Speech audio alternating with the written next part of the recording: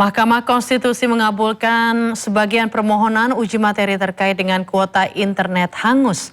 MK mewajibkan operator seluler menyediakan pilihan layanan yang menjamin sisa kuota milik pengguna bisa dipakai meski masa aktifnya habis.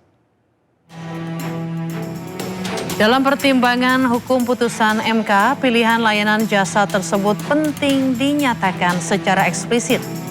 MK mengakui layanan internet telah menjadi kebutuhan penting masyarakat modern. Tarif dan skema layanan tidak boleh semata-mata diletakkan dalam cara pandang atau logika komersial penyelenggara telekomunikasi, tapi menjamin adanya perlindungan yang wajar bagi pengguna. Penyelenggara telekomunikasi juga diminta menyediakan kanal yang memudahkan pengguna memantau pengguna, termasuk sisa kuota layanan yang telah dipilih. Sisa kuota yang belum digunakan tetap memiliki nilai ekonomi karena pengguna telah membayar demi memperoleh akses layanan dalam volume tertentu.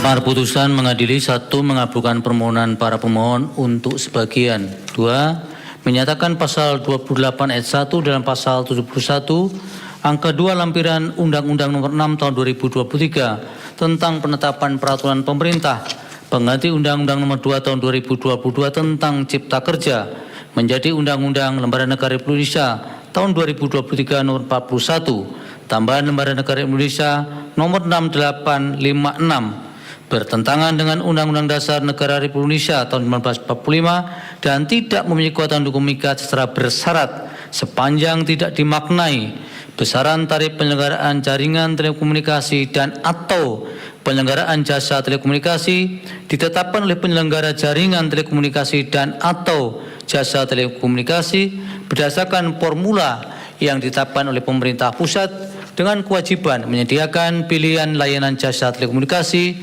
yang menjamin sisa kuota milik pengguna jasa telekomunikasi tetap aktif dan dapat digunakan. 3. Memerintahkan pemuatan putusan ini dalam Berita Negara Republik Indonesia sebagaimana mestinya.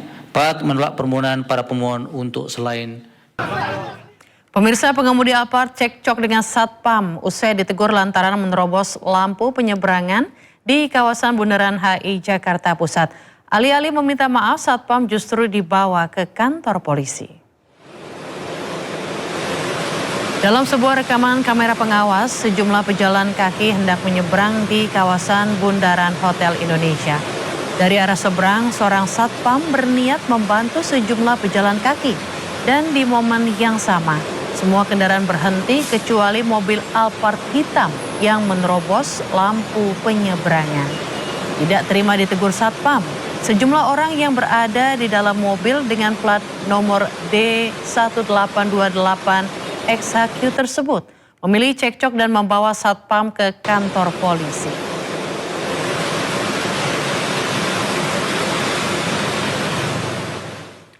Ya, pengakuan soal sudah ada perdamaian di kasus Bundaran HI itu ternyata ada bantahan. Satpam Victor Hareva mengaku sempat ditunjukkan KTA pelaku dan ditegur tak ada hak untuk menyetop mobil Alphard hitam tersebut dan mengancam akan menghubungi vendor untuk memecatnya. Bilang ini semua, bilang itu, saya juga aparat, emang kamu doang yang aparat. Sampai dia ngambil KTA-nya, tunjukin ke saya juga aparat. Setelah kepala pospolnya datang, kami duduk di dalam, dan setelah saya sudah memberitahu kronologinya, dan kepala pospolnya menyampaikan ke saya, kamu salah, kamu tidak ada hak untuk memukul kaca mobil. Nah, setelah kepala pospolnya bilang tersebut, orang tersebut, yang 3 orang menanyakan vendor saya, dan akan ke vendor saya segera untuk saya dikeluarkan atau dipecat.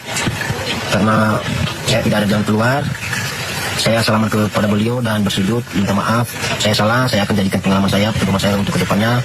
Nah, setelah itu mereka mau keluar di pintu pospol. Padahal saya sudah salaman 2 kali ke mereka. Kerak baju saya ini diangkat sama supirnya, giniin di atas sambil ngomong di hadapan saya, "Oke, jangan kayak preman di sini. Kamu kerja yang benar aja. Datang ke saya." Tim penasihat hukum dari saudara Victor atau saudara FH, ya, security di Bundaran HI yang beberapa waktu lalu ya mengalami intimidasi dari pengendara mobil Alphard yang menerobos lampu merah. Ya. Dalam pernyataannya Bapak Kapolsek mengatakan telah ada perdamaian, telah dibantu difasilitasi mediasi. Ya. Klien kami pada saat itu Pak disinyalir dijemput oleh oknum yang berpakaian batik, terus dibawa ke kantor polisi, ke Pospol. Orang lagi dibawa tekanan seperti begitu, itu bukan perdamaian namanya Pak. Kita kan belajar aturan Pak, gitu loh. Maksud saya gini, dan kita memberikan laporan kepada pimpinan kita, di mana laporannya pun salah, gitu loh. Ya, kalau dipaksa salaman ya mungkin bisa, karena pada saat itu di kirinya oknum, di kanannya juga teman-teman dari Pospol. Siapa yang tidak tertekan Pak mentalnya? Berita terkait Satpam Bundaran HI ternyata sudah sampai di telinga Gubernur Jakarta Pramono Anung. Pramono menegaskan Satpam tersebut tidak bersalah dan akan mengusut pelaku intimidasi dari mobil Alphard hitam. Pertama adalah untuk nasibnya Satpam saya akan meminta untuk tidak dipecat atau diberhentikan.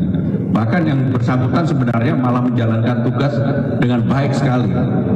Dan terlihat bahwa mobil Alphard itulah yang kemudian melanggar. Dan kemudian kami juga mendapatkan laporan bahwa mobil yang pakai plat itu adalah plat palsu.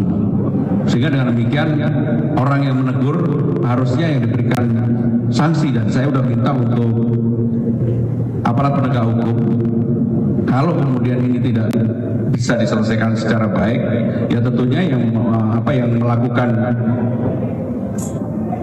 seakan-akan berkuasa begitu, pada dia salah, itu harus diberi sanksi. Jadi untuk satpamnya sekali lagi saya minta untuk tidak dipecat dan tetap dipekerjakan seperti biasa, karena satpam inilah yang menjalankan tugas dan semua orang melihat dari CCTV maupun CCTV yang lebih lengkap yang sebenarnya dimiliki oleh pemerintah. Seorang ayah di Belitung ditangkap polisi lantaran tega menyetubuhi anak kandungnya yang masih berusia 13 tahun. Pelaku juga menjajakan korban ke pria hidung belang. Seorang pria disergap polisi di Pelabuhan Pulau Belitung, Bangka Belitung. Pria berusia 37 tahun ini melakukan tindak pidana persetubuhan terhadap anak di bawah umur yang tidak lain merupakan anak kandungnya sendiri. Ketika ditangkap, pelaku hendak melarikan diri melalui jalur pelabuhan. Persetubuhan terhadap anak kandungnya dilakukan berulang kali sejak tahun 2024 hingga Juli 2026. Parahnya lagi, pelaku juga tega menjual korban ke pria hidung belang dengan tarif Rp300.000 sekali kencan. Semua uang hasil prostitusi diambil oleh pelaku. Akibat peristiwa ini, korban berusia 13 tahun mengalami tekanan, ancaman, dan intimidasi. Hubungan dengan korban, posisi tinggal dengan... Ya, tim DVI di Bidokes Polda Sulawesi Selatan kembali berhasil mengidentifikasi seorang korban tenggelamnya kapal KM Nurul Salsa Jumat malam. Usai diidentifikasi, korban langsung diserahkan ke pihak keluarga. Satu kantong jenazah korban kapal tenggelam KM Nurul Salsa yang ditemukan berhasil teridentifikasi oleh tim DVI Bidokes Polda Sulawesi Selatan kurang dari 12 jam. Korban diketahui bernama Haspi, berjenis kelamin laki-laki, warga desa Makminasa, Kabupaten Kepulauan Selayar. Usai diidentifikasi, korban langsung diserah terimakan ke pihak keluarga yang diwakili Polres Kabupaten Selayar. Tim DVI gabungan telah berhasil mengidentifikasi total 3 korban dari 3 kantong jenazah yang diterima. Hingga kini petugas masih mencari 14 korban hilang. Sementara itu polisi masih terkendala kondisi para saksi untuk penyelidikan tenggelamnya kapal KM Nurul Salsa. Saksi juga merupakan korban dari kecelakaan. Ini kemudian ketua tim dari